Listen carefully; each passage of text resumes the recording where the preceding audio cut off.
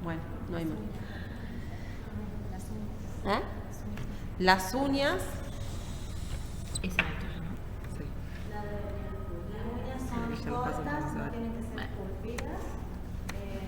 Bueno, acá está lo del preparado alcohólico que ya lo vimos, es lo que menos demora, sabemos que va de 20 a 30 segundos, por eso es más fácil. Los 5 momentos que yo creo que todo el mundo lo sabe. Uñas, no se pueden usar uñas esculpidas. Las uñas con las que tienen las semipermanentes saben que tienen que estar en buen estado, como si también las tienen pintadas, no se recomienda, salvo que estén bien, porque ya tienen grietas o algo, sirven como reservorio. Hay que ser muy consciente que es la medida más básica, pero que ciertamente es la que menos usan en cuanto a lo que es higiene de manos, porque las tasas a veces de infecciones intrahospitalarias son bastante altas. Es un trabajo, hay que adherirse y hay que tratar de controlar. Los momentos son 5, todo el mundo lo sabe, son los 5 momentos de la higiene de manos. Todos somos conscientes que de los 5 momentos, 3 momentos son para cuidarnos nosotros, 2 momentos para el paciente, porque siempre lo hacemos antes del contacto directo con el paciente, vamos a proteger al paciente de nosotros, no contaminarlo a él ni a su entorno. Antes de realizar una tarea limpia o aséptica, lo mismo, después de la exposición a los fluidos corporales, después del contacto con el paciente y después del contacto con el entorno, esos 3 momentos implican cuidarnos nosotros y nuestro entorno. Como vieron en el video, todo lo que nosotros no nos lavamos, contaminamos teléfonos, contaminamos mesada, lo que yo siempre hablo de su ambiente, o los picaportes de las puertas. El uso de guantes no quita el lavado de manos. Yo creo que ya después se lo van a hablar con el tema de las medidas estándares. No reemplaza el uso de guantes el lavado de manos. Y sabemos que los guantes, como es una superficie gomosa y media porosa, aumenta más la transmisión de los patógenos. Cuando uno se coloca los guantes y anda por todos lados, es peor que si estuviese con las manos. Hay que tener en cuenta que, digamos, toda el área de asistencia es el entorno del paciente. El paciente no es solamente el paciente que está en una cama, no es, ahí se limita también a todo lo que son sus monitores, sus bombas, las mesitas de luz, todo lo que conlleva que esté alrededor, que es de la unidad del paciente. Todo eso cuando el paciente está internado se coloniza. Y la seguridad nuestra de nuestras manos, es el cuidado de manos. Tenemos que tratar de tenerlas bien humectadas, evitar las grietas, las sequedades, digamos. El uso de clorhexidina de forma habitual no está recomendado porque sabemos que agrietan las manos, aumenta, digamos, esas micro... ¿Sí? ¿Podés reforzar ese concepto, Ceci? Porque nosotros desde la entrega de los servicios es continuo el requerimiento de la clorhexidina jabón para lavarse las manos. Y estamos insistiendo en la recomendación que es para procedimientos críticos solamente y lo utilizan para un lavado habitual, sí, o como médico debería ser, y utilizan la clorhexidina. Entonces hay que reforzar desde el comité y desde estas presentaciones que no se utilice la clorhexidina para el lavado habitual de manos porque favorecemos estas sequedades y estas grietas donde se van a alojar gérmenes patógenos que después no lo vamos a poder matar con la clorhexidina. Y más evidente que en el video no ha sido, y después vamos a desparramar estos bichos, estos microorganismos para todos lados y no vamos a tener con qué destruirlos, porque ya toda la flora de las manos de la población hospitalaria va a estar habituada, no lo vamos a poder combatir. Entonces, reforzar el tema de no utilizar la clorhexidina para el lavado habitual de manos. Sí, en un momento se probaba mucho eso, pero se vio que aumenta también el tema de la resistencia de los patógenos, por eso no está recomendada como uso habitual, si las soluciones de base alcohólica.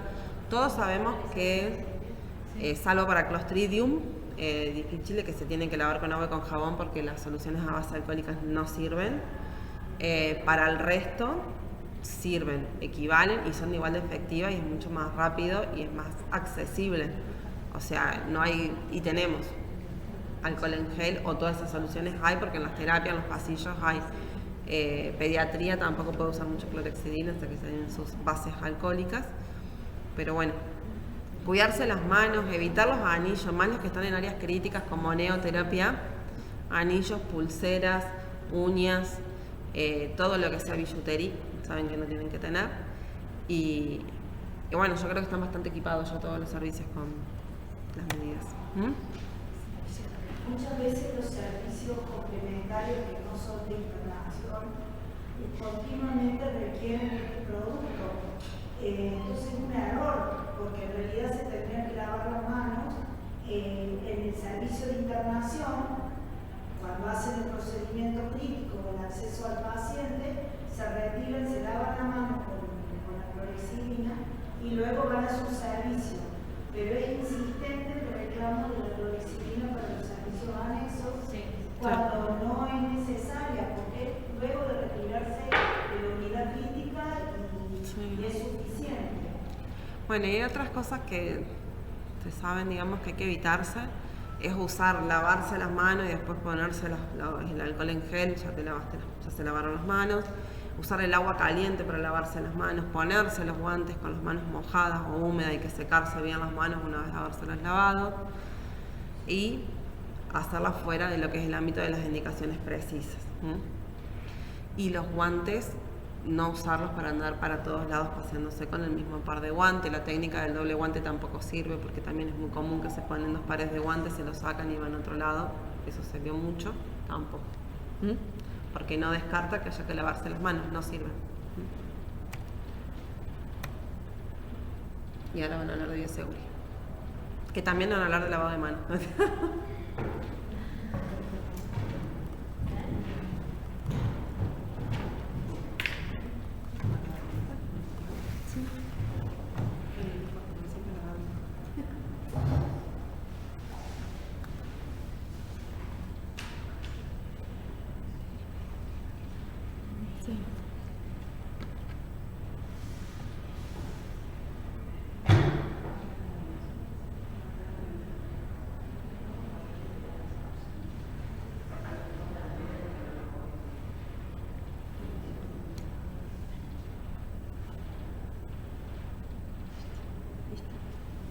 Bueno, con Sonia vamos a ver las medidas estándares de bioseguridad.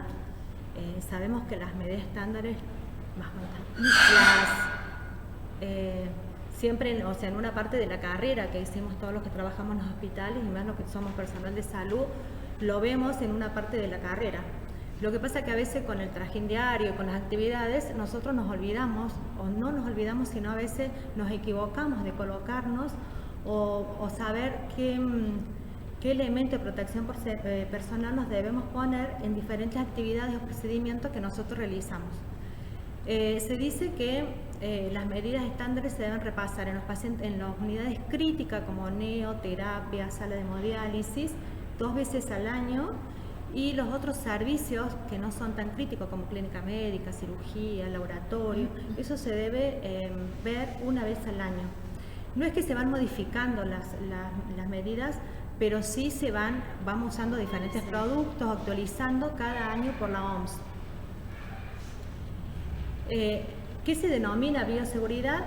Se denomina bioseguridad el conjunto de normas y procedimientos destinados al control de riesgos biológicos generados durante el proceso de la atención del paciente. O sea, si somos personal de salud, tenemos que saber que todos tenemos un riesgo. O sea, la definición de riesgo es que todo personal que ingrese o persona o individuo que está dentro de un organismo de salud tenemos riesgo de riesgos biológicos, riesgos físicos, riesgos psicológicos. Todos estos riesgos que los tenemos que disminuir a partir de las medidas de bioseguridad. ¿Cuáles son los objetivos? Minimizar los riesgos potenciales de accidentes o lesiones laborales.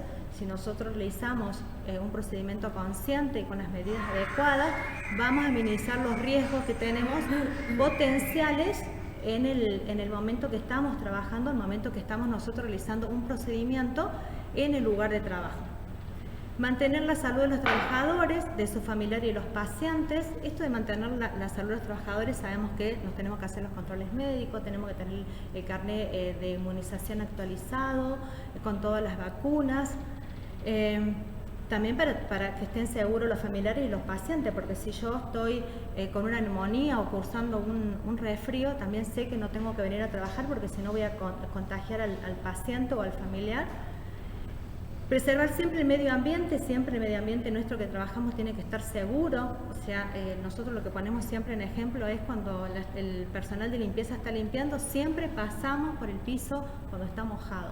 Entonces eso no lo deberíamos hacer, me incluyo porque yo también muchas veces lo hago. Preservarlo porque si nosotros nos caemos, también estamos poniendo en riesgo los riesgos potenciales de accidentes. Y minimizar, por supuesto, las infracciones cruzadas. En el video, bueno, ya lo vimos, cómo nosotros con las manos vamos cruzando de un paciente a otro las infracciones cruzadas. Estos son los tipos de riesgos según las clasificaciones. Bueno, los físicos, que son los ruidos, la iluminación, la poca iluminación cuando no tenemos luz, las temperaturas extremas o el calor o el frío, las radiaciones, las vibraciones, los químicos, los biológicos. En los biológicos tenemos los virus, las bacterias, los hongos. Los psicosociales siempre nos hablan de estas relaciones, ¿no? De las relaciones interpersonales, los diferentes turnos que utilizamos, el personal con quien trabajamos, con nuestros compañeros. Y los ergónicos, que son las posturas o la forma que nosotros transportamos o las veces que a veces nosotros realizamos las actividades dentro de una sala con un paciente o cuando vamos a atender a un paciente, como la forma que nosotros tenemos de agacharnos, de colocar los pies, uno adelante, uno atrás. Eso es lo que nos habla de lo ergonómico. Las precauciones estándares antes eran 10, ahora han disminuido porque antes estaban todas separadas, ahora las han modificado y se han agrupado las medidas.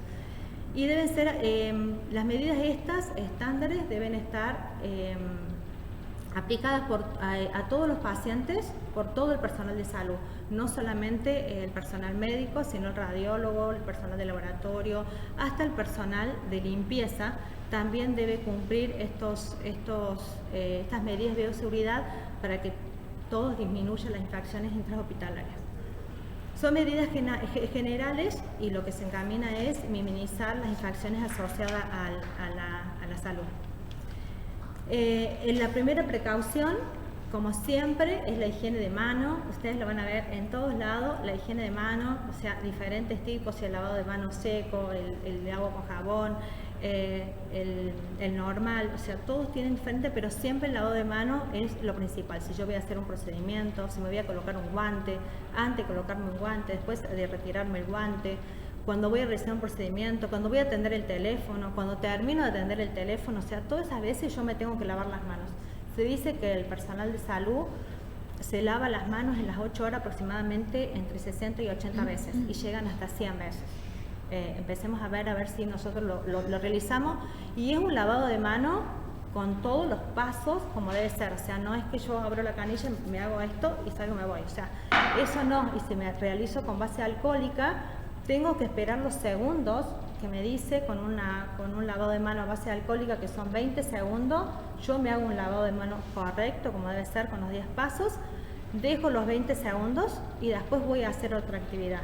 Pero si yo solamente me coloco el alcohol y salgo y hago otra actividad o realizo un procedimiento, no me estoy protegiendo. El uso de guantes, la mascarilla, el delantal, la protección de la cara, la escafandra, se acuerda que lo usábamos muchísimo en el tiempo de la pandemia.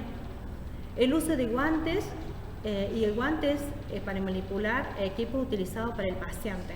O sea, tenemos que saber cuándo usamos un guante de examinación, cuándo usamos un guante estéril, y que no puedo realizar todos los procedimientos con el mismo guante, o a veces, bueno, usamos el guante y salimos afuera, volvemos, tocamos el picaporte y después seguimos atendiendo al paciente. No, o sea, si yo salgo, ya toco el picaporte, me debo cambiar el guante o me lavo las manos, descarto el guante y realizo otra actividad. Pero no puedo usar el guante si yo ya salí afuera de la sala del paciente. E igual, que muchas veces ustedes van a ver que muchos se lavan las manos. En el tiempo de la pandemia, como usábamos 2 guantes, el primer guante lo lavamos. Hoy no se lavan manos, los guantes no se lavan, se descartan. La limpieza, desinfección y esterilización apropiada de los equipos y dispositivos, como los reusos cuando usamos con los pacientes. La etiqueta respiratoria, las etiquetas se usan en la sala cuando aislamos un paciente. Las prácticas seguras en las inyecciones, o sea, de todos los manejos de cortopunzante, y el uso de mascarilla para insertar los catéteres e inyecciones en el material de los espacios. Bueno, el equipo de protección personal, saben que está compuesto por el barbijo, la bata, la escafandra o las antiparras y el par de guantes. Estos elementos, pues, para las vestimentas se pueden usar el personal en cada procedimiento o en diferentes aislamientos que tenemos con los pacientes. El objetivo es proteger al paciente y muchas veces nos protegemos nosotros del paciente. La bata o el delantal, la función es impedir que el personal que emplee contamine su ropa durante el procedimiento con riesgo de salpicadura de sangre o otro fluido.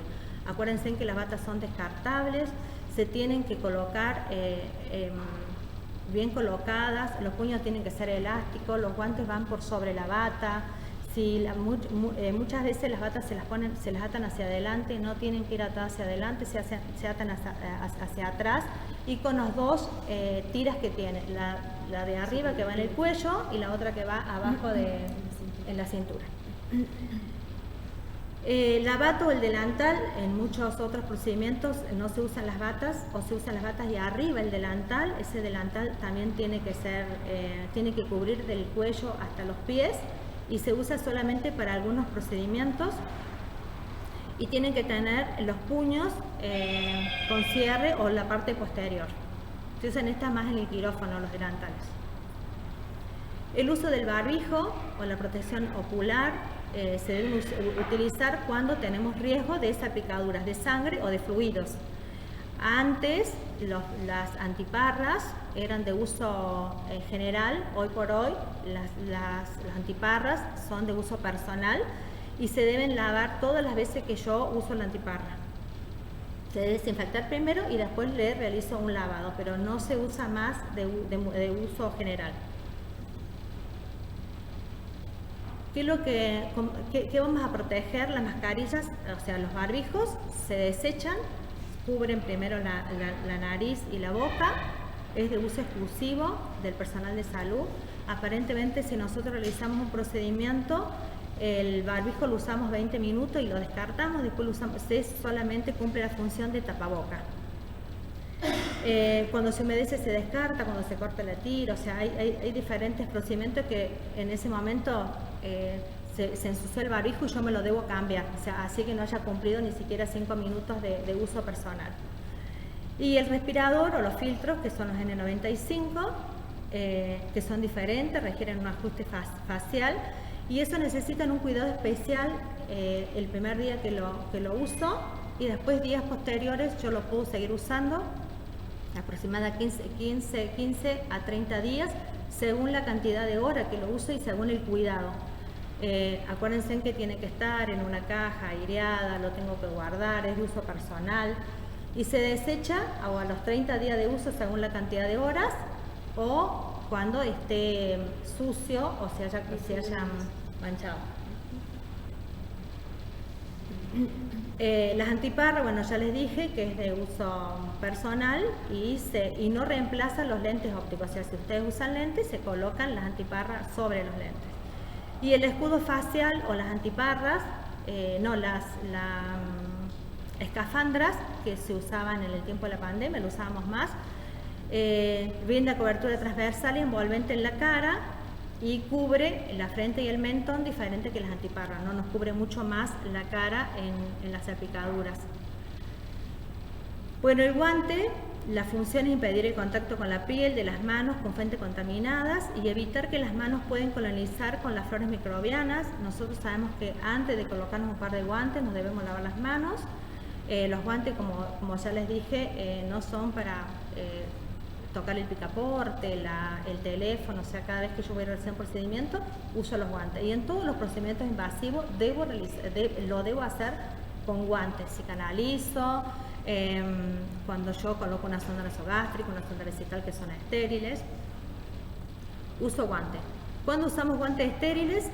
Cuando el tipo de procedimiento es quirúrgico, en un parto vaginal, un procedimiento radiológico invasivo, la colocación de catéteres centrales, la preparación de una nutrición parenteral total.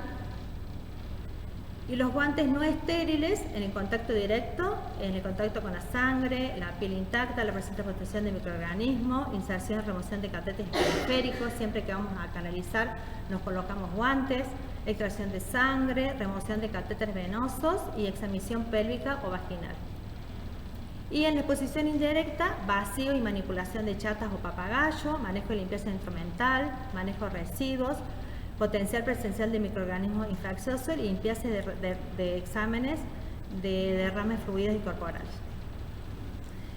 Todo esto lo debemos descartar en una bolsa roja. Ustedes van a ver, nosotros ya el personal de limpieza le dimos la capacitación y más nosotros tenemos que reforzar ahora con ustedes cómo descartamos y dónde debemos descartar los elementos patógenos que son las bolsas rojas y todo lo que sea papel, bolsitas de nylon, lo de la jeringa, cuando abrimos la jeringa, el papelito de la jeringa, todo eso va en bolsas negras, pero tenemos que determinar también el color de las bolsas. No estamos usando por ahora bolsas amarillas en el hospital.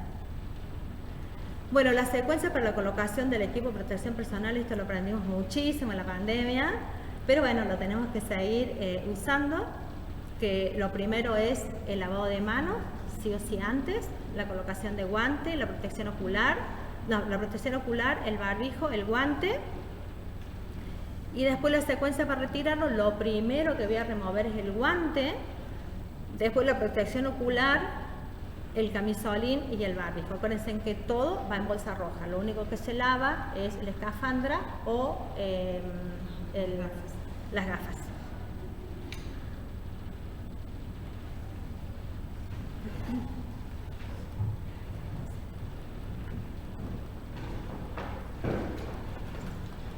Bueno, continuando con la presentación, cuando nosotros hablamos de las infecciones, volvemos a recordar un poquito rápidamente, tenemos que tener en cuenta, aparte de la adherencia con respecto a la higiene de manos, también las buenas prácticas del personal, que hace referencia a las normas, al respeto de las normas de bioseguridad en relación a diferentes precauciones estándares, como también la higiene y desinfección del entorno del paciente, lo que antiguamente llamábamos unidad del paciente.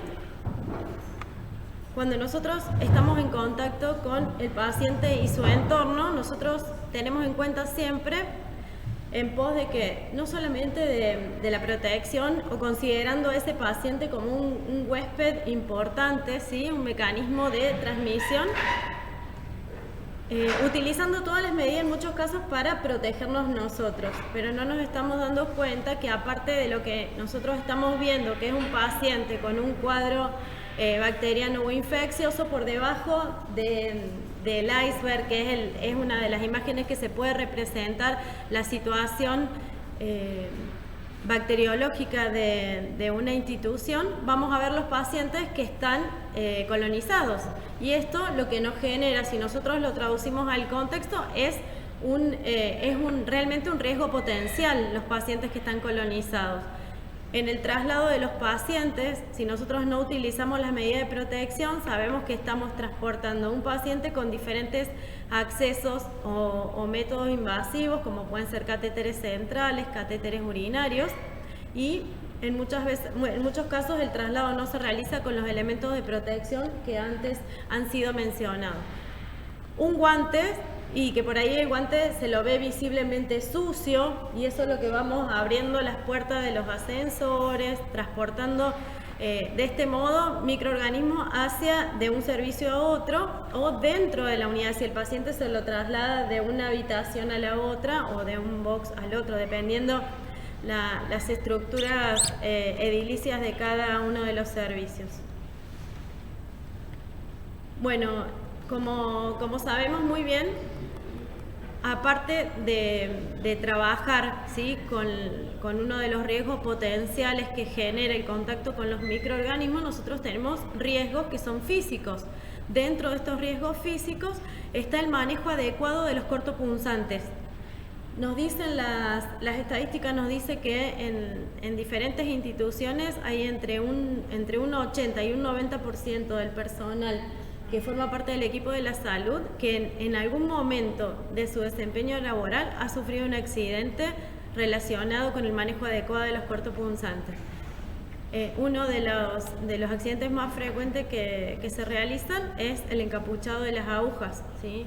Entonces, es ahí donde nosotros tenemos que hacer hincapié que en cada una de las unidades del entorno del paciente debemos contar, cuando vamos a realizar un procedimiento, debemos contar con un descartador. Estos descartadores se pueden presentar de diversas formas según la accesibilidad de los recursos en cada una de las instituciones. Podemos encontrar descartadores que deben ser de estructura rígida, en donde el punzante no puede atravesar las paredes del mismo. Algunos pueden ser con hendiduras y otros son los de boca ancha, como son los que podemos ver en la figura. El descartador, ¿hasta qué momento lo debemos utilizar? No se debe utilizar el descartador hasta que la capacidad esté al 100%, porque eso genera también un riesgo de sufrir un accidente. El descartador debe ser utilizado hasta que tenga una capacidad, nosotros suplamos la capacidad necesaria de un 75-80%, no más, ¿sí? Entonces, esto lo tenemos que tener en cuenta. Se van a sellar, ¿sí?, con la tapa que la protege, y además se lo va a sellar con una cinta que tenga buena adherente en pos de proteger a las personas que van a realizar el correcto manejo de los patógenos. Cuando hablamos del uso y la manipulación de los cortopunzantes, tenemos que hablar de lo que es inyección segura. Sabemos que el uso de las jeringas y las agujas, no utilizamos jeringas reesterilizadas como era hace mucho tiempo. Es un único uso y es individual de cada paciente. ¿En pos de qué? En pos de evitar la contaminación de los equipos y los medicamentos. y no tenemos que utilizar medicación de una dosis como multidosis. ¿Sí? Esto estaríamos hablando, por ejemplo, de una jeringa prellenada, de una heparina de bajo peso molecular. Sabemos que hay medicamentos que tienen una determinada vida media una vez que el medicamento ha sido reconstituido. Eso se consensúa con el servicio de farmacia y si hay algún evento que pudiera ocurrir desde el momento que se realiza la reconstitución del medicamento hasta se lo refrigera en el lugar adecuado, que puede ser temperatura ambiente o tener una temperatura menor, y ha ocurrido algún evento adverso como la precipitación, la cristalización del mismo o el cambio de color, se debe informar de manera inmediata a farmacia para que esto quede registrado a través de lo que es la farmacovigilancia, ¿sí? Porque no podemos nunca administrar un medicamento que se han modificado sus propiedades. Bueno, algunas de las prácticas que no debemos realizar, ¿no? Cuando vemos por ahí el hecho de que las heparinas, al ser frascos multidosis, en este caso es un antibiótico, pero es muy frecuente que vemos las heparinas en los frascos multidosis, ¿sí? Donde se le coloca la aguja y hacemos la carga y se vuelve a utilizar. Sabemos que una vez abierto el frasco son 24 horas y si no ese frasco se debe descartar.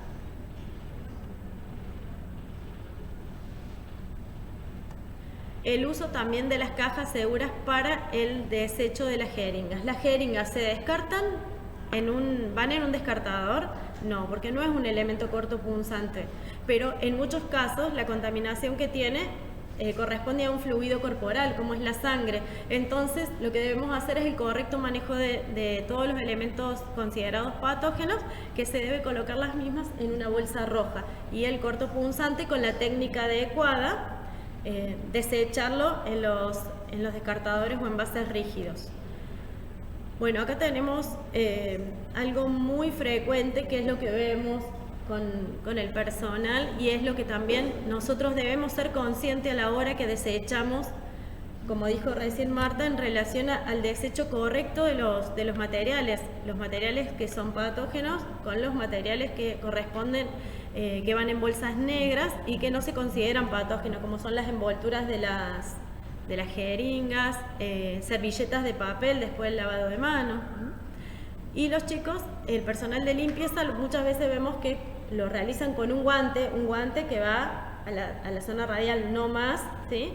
Y que introducen sus manos dentro de estos recipientes y esto es una fuente de contaminación y aumenta más aún los riesgos físicos, porque muchas veces se han encontrado en las bolsas negras ampollas, ¿sí? Esto genera también un gran riesgo, o apósitos también, apósitos con fluidos corporales, sobre todo porque también no hay una cultura de seguridad en relación al manejo dentro de la habitación del paciente, donde todos los elementos patógenos o contaminados se deben colocar en la bolsa roja. Entonces, si nosotros lo sabemos y ellos todavía están en etapa de formación, debemos acompañarlos y reforzarlos en este procedimiento, porque le va a garantizar, o sea, somos todos parte de una institución y nos debemos cuidar en un determinado momento. Bueno, otra precaución y norma estándar que es muy importante, como ya hablaron también y lo vimos en el video, ¿sí? En este video, que es muy disparador de lo que realizamos de manera inconsciente. ¿Por qué? Porque lo realizamos todo el tiempo, tantas veces que no nos damos cuenta de lo que estamos generando como potencial de riesgo, ¿no? Entonces, la limpieza y desinfección de las superficies del medio ambiente hospitalario no solamente le compete al servicio de limpieza de una institución, también nos compete a nosotros, al personal del equipo y en este caso al personal de enfermería. Dentro de lo que son las superficies, tenemos superficies de contacto mínimo o poco tocadas. Dentro de estas superficies vamos a considerar lo que son las paredes, los techos, las ventanas. La limpieza de las paredes, de las persianas, de las cortinas está recomendada, no se debe pactar quizás un mecanismo de decir, bueno, cada 15 días un cronograma, sino que ante la necesidad de que estas estén visiblemente sucias, se debe realizar la limpieza, el recambio de las mismas, ¿sí? La pintura, cuando está dañada y también está visiblemente sucia, en general las pinturas de las instituciones son lavables, entonces también hay que hacer referencia a esto cuando le solicitamos al personal que realice la desinfección de la habitación. ¿Qué tipo de limpieza o asepsia se va a realizar? Dependiendo también el paciente que ha estado cursando una hospitalización y de los días de estancias que también tenga la misma. ¿Por qué? Porque si nosotros estamos hablando de una patología, de una enfermedad infecciosa como es una tuberculosis, nosotros sabemos que tenemos mecanismos de ventilación que pueden ser, ¿sí?, a puerta cerrada, presión negativa, o contar con un sistema de presión negativa, pero tenemos que tener en cuenta que se deben hacer entre 12 y 20 ventilaciones por turno. En muchos casos no lo estamos realizando o no contamos con sistema de presión negativa. El piso se considera poco tocado, ¿por qué? Porque se considera que en el piso no va a haber, ¿sí?, fluidos corporales. Sí, obviamente, y todo lo que está en el aire decanta. Las superficies de alto contacto con las manos o superficies altamente tocadas, vamos a contar con esto dentro de lo que es el picaporte, la cabecera y la piecera de la cama, las barandas o las paredes laterales de la cama del paciente, como también aquellas áreas de iluminación como son las nocheras, si las hubiera en la cabecera del paciente, y las cortinas cuando las utilizamos, o el sistema de biombo cuando lo utilizamos. ¿Por qué? Porque si hay expulsión de un fluido corporal, sabemos que la distancia entre una unidad y otra debiera ser no menor a 1 metro, ¿sí?, con un separador si hubiera exposición al exterior de fluidos corporales como secreciones respiratorias, ¿sí? Entonces, en estos casos es necesario, donde tenemos superficies altamente tocadas, realizar un proceso de limpieza y desinfección. Y acá tenemos que volver a rever lo que es la limpieza, que es la eliminación, ¿sí?, de manera, la eliminación temporaria, ¿sí?, de algunos microorganismos presentes que forman parte de la flora, para eliminarlos o reducirlos, disminuirlos de manera transitoria, hasta que nuevamente vuelva a comenzar el ciclo. Y por otro lado tenemos lo que es el concepto de desinfección, que es la eliminación definitiva, ¿sí?, de definitiva hasta el contacto nuevamente con determinado huésped, ¿no? Para poder dejar ese entorno libre o disminuido de microorganismos. La limpieza y la desinfección del ambiente son muy importantes, ya que los agentes infecciosos pueden sobrevivir, ¿sí?, por periodos muy variables, que va desde algunas horas hasta días, ¿sí?, en una determinada superficie, sobre todo aquellos que son multiresistentes, debido a esta membrana proteica que sabemos que es muy dura y es difícil también de que pueda destruirse fácilmente si no es con un buen mecanismo de limpieza y desinfección. La limpieza puede hacerse con agua o detergentes neutrales, ¿sí?, y debe siempre preceder, la limpieza debe preceder a lo que es la desinfección. Cuando nosotros hablamos de superficies o entornos altamente tocados, también tenemos que tener en cuenta a los objetos inanimados que forman parte del entorno del paciente. Estos objetos inanimados nosotros los conocemos o los determinamos por el tensiómetro, el termómetro, el pulsioxímetro, si estuviera protocolizado como entorno directo. No todas las instituciones cuentan con el pulsioxímetro, pero con el tensiómetro y el termómetro sí. El uso del alcohol al 70% es el antiséptico que se recomienda para estos elementos. Y también la solución clorada siempre y cuando se realice con el mecanismo que corresponde.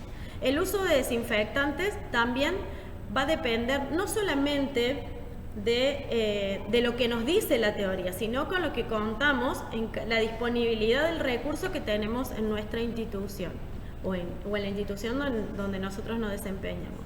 Todas las personas que limpien derrames de secreciones deben utilizar un elemento de protección adecuado. Vuelvo a lo mismo, nosotros trabajamos articulados con el personal de limpieza y también debemos educarlos y acompañarlos en este proceso para obviamente para protegerlos a ellos también y que la limpieza y desinfección se realice de manera óptima. Bueno, cuando hablamos, acá vamos a ver algunos de las sustancias que podemos utilizar y de ahí vamos a poder bajarlo a lo que tenemos en nuestra institución. Sabemos que en primer lugar, ¿qué es lo que nos van a ahorrar el uso de algunos productos que tienen otro poder de desinfección? Van a ser los pasos, porque si nosotros realizamos la limpieza con agua y detergente, sabemos que el detergente tiene que formar espuma, ¿no es cierto?, para que pueda romper la membrana plasmática de la bacteria, ¿sí? Luego se realiza el enjuague con agua y luego recién la desinfección, que puede ser, por ejemplo, con hipoclorito. La dilución que va a tener va a ser la adecuada al tipo de bacteria que se desee disminuir o eliminar.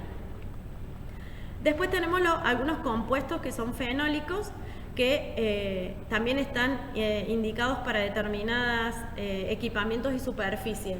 ¿Cómo lo debo realizar? Nunca debo, ¿sí?, rociar los elementos. Se coloca sobre un paño y se realiza también en modo de fricción para poder destruir la membrana. En algunos casos también, dependiendo del tipo de elemento que sea, lo podemos utilizar por inmersión. Los amonios cuaternarios no se están utilizando mucho tampoco por la presencia de biofilm que dejan estos y también no son tan corrosivos, pero dejan mayor cantidad de biofilm, lo que va dejando también una proliferación. Es un foco de riesgo y genera mayor proliferación a largo plazo. Los compuestos liberadores de cloro activo para la desinfección de superficies no metálicas, ¿sí?, y superficies con materia orgánica, y los oxidantes como el peróxido de hidrógeno o el monopersulfato de potasio, que nosotros lo conocemos y lo tenemos en nuestra institución como el Covidex o Biodex.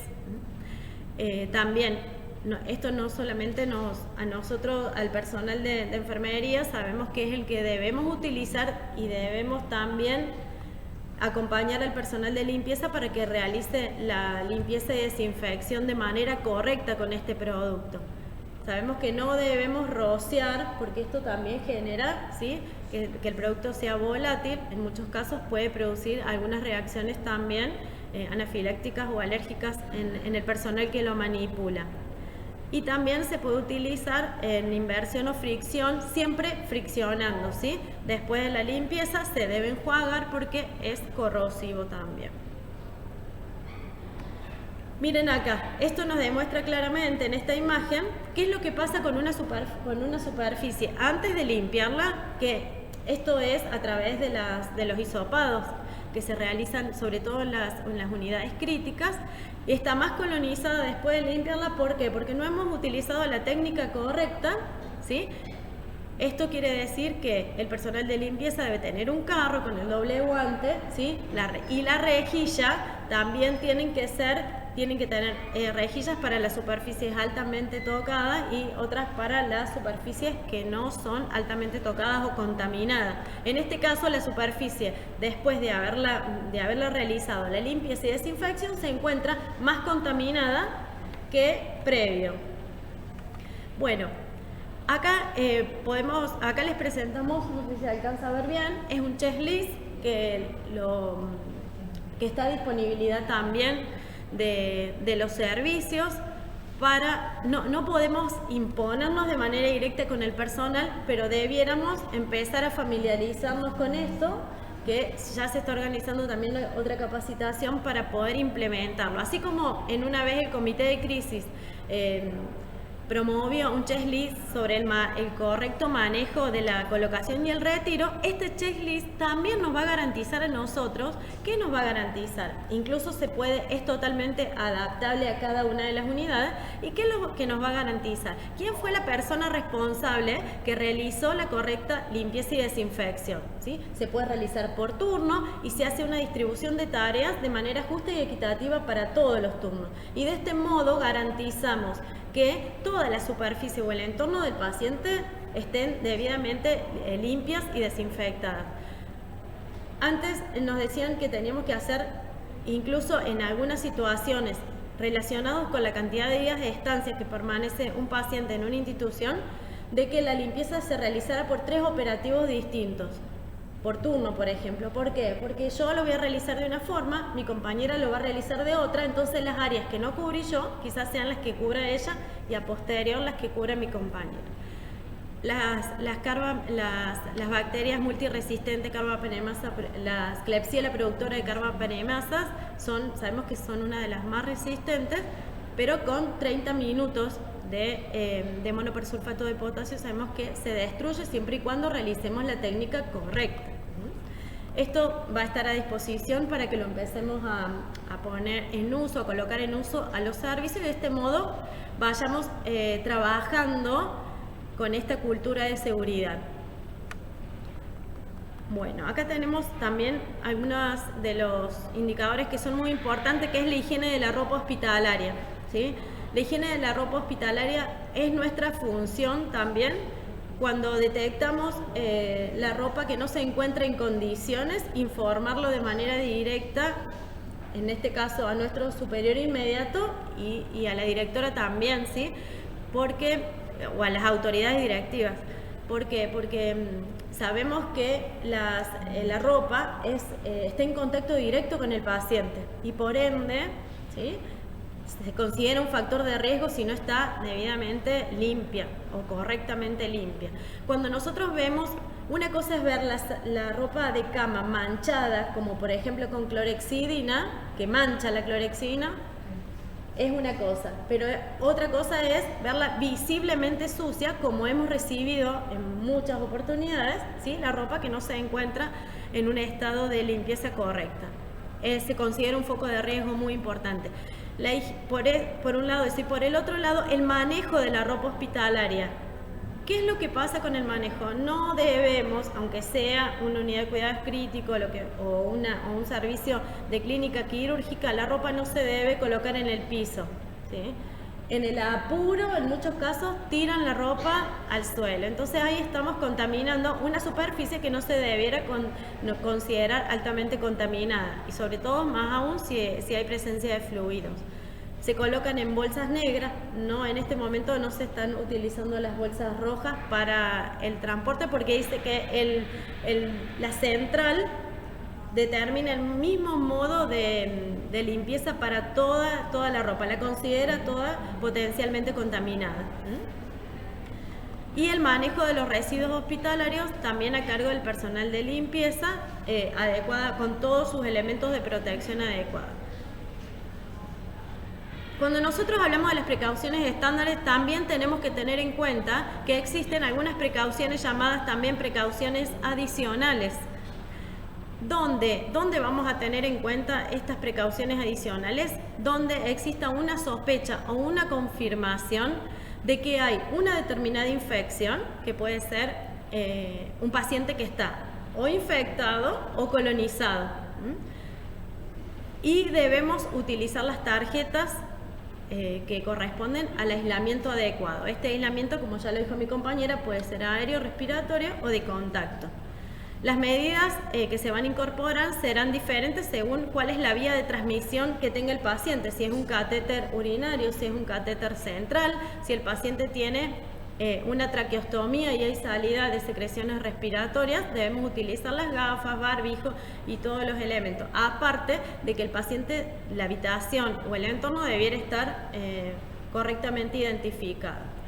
Estas precauciones están definidas según las vías de transmisión, de contacto, como ya les dije, por gotitas, como en el caso de una tuberculosis, y de la vía aérea. A todas estas recomendaciones, con el uso adecuado de los elementos de protección personal, se le suman las medidas estándares, que son las que vimos antes: el lavado de manos, el correcto manejo del cortopunzante, el manejo de la ropa hospitalaria y de los residuos patógenos. Muchas gracias.